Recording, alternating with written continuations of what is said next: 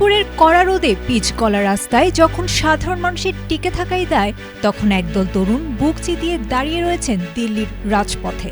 তীব্র গরম কিংবা পুলিশের কড়া পাহারা কোনো কিছুই যেন দমাতে পারছে না এই জেদি আর স্বপ্নবাজ চোখগুলোকে। এরা কোনো চেনার রাজনৈতিক দল নন, প্রথাগত নিয়মকানুন মেনে আন্দোলন করাও এদের স্বভাব নয়।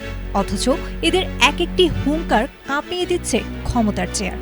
সামাজিক যোগাযোগ মাধ্যমের পাতা থেকে উঠে এসে দিল্লির ঐতিহাসিক যন্তর মন্তরে এরা এখন এক নতুন রূপকথা লিখছেন, যেখানে শাসকের অবজ্ঞাকেই এরা বানিয়ে নিয়েছেন লড়াইয়ের সবচেয়ে বড় অস্ত্র।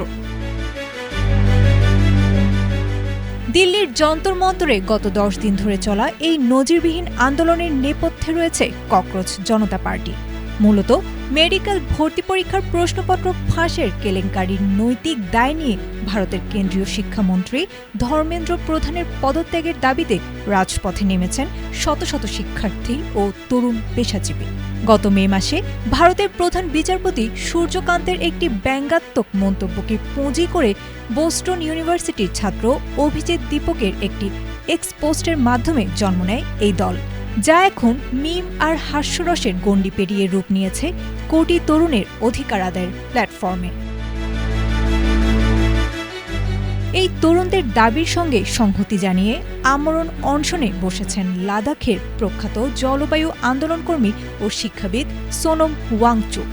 40 ডিগ্রি সেলসিয়াসেরও বেশি তাপমাত্রায় নিজের স্বাস্থ্যের তোয়াক্কা না করে অনশন চালিয়ে যাচ্ছেন তিনি।